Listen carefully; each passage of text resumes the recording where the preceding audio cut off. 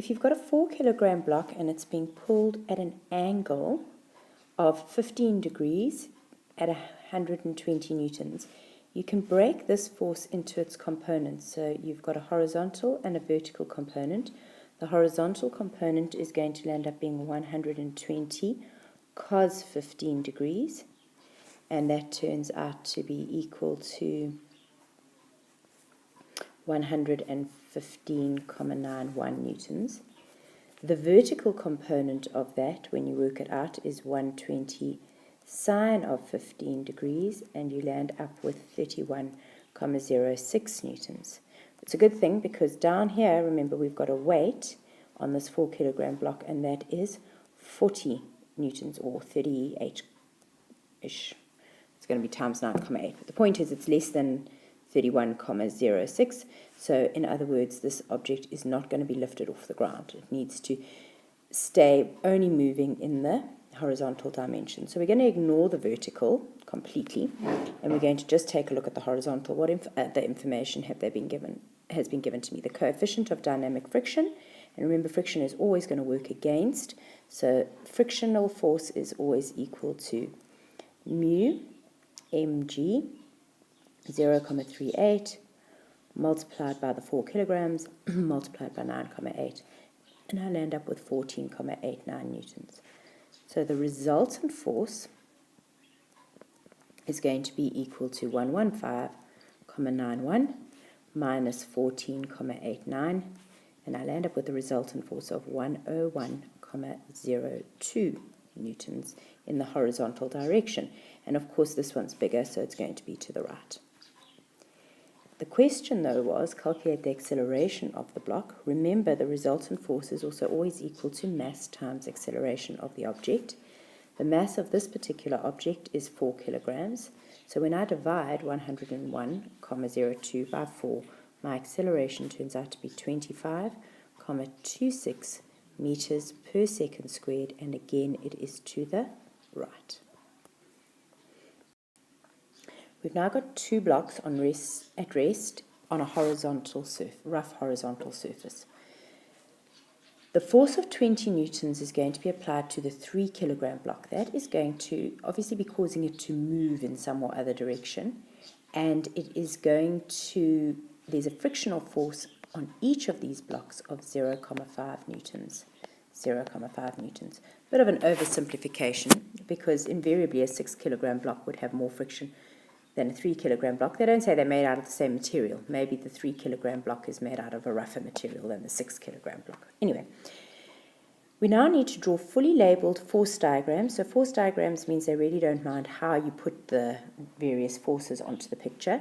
So I have got a force pushing, the 3 kilogram block pushes against the 6 kilogram block, and we'll call that the action-reaction pair, because what's happening at the same time is the 6 kilogram block will be resisting the 3 kilogram block. So you can almost think of it like there's a piece of string between the two, and that you've got a tension, because this action-reaction pair is the force that is going to connect the 6 kilogram and 3 kilogram block. The 3 kilogram applies a force onto the 6 kilogram, the 6 kilogram applies an equal but opposite force back onto the 3 kilogram. So let's just put this 3 kilogram there and immediately put the action-reaction pair onto it. Both of them have got friction working against, and this AR, obviously I can't leave as AR, if it's fully labeled, it is force of 6 kilogram block. So it's a 6 kilogram onto there, and here I need to say force of 3 kilogram block. This has also got a frictional force working against the motion. They prefer frictional force. And finally, we've got this 20 kilograms that is being applied in the direction of motion, which is the applied force.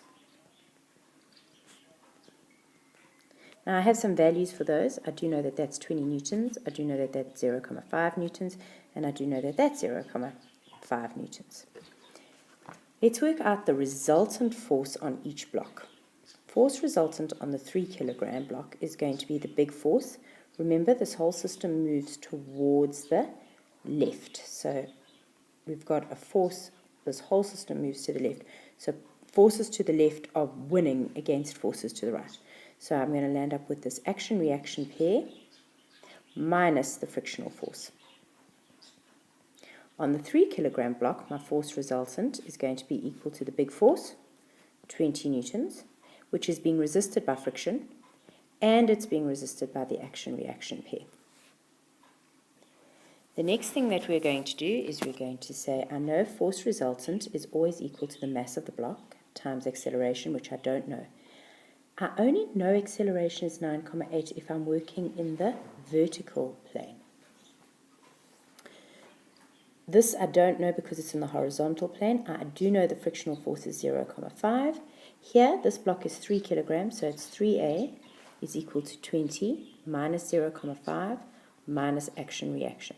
Now from maths, you know that when you have got two unknowns and two equations, you can do simultaneous equations. So, let's go.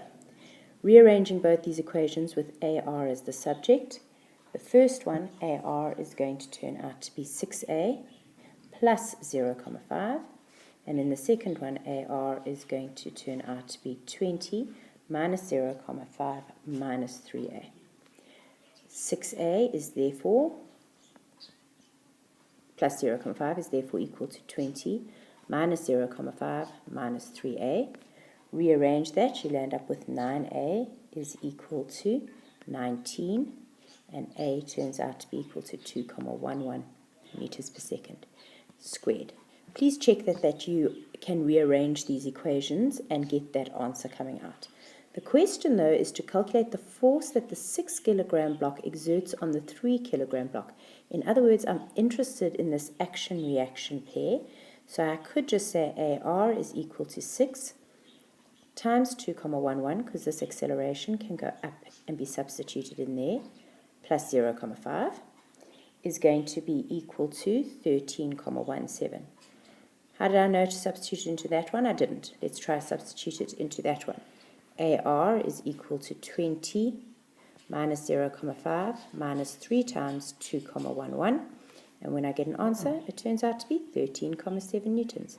That makes perfect sense because the force that the 3 kilogram block exerts on the 6 kilogram block is exactly equal but opposite to the force that is exerted by the 6 kilogram block onto the 3 kilogram block because of Newton's third law.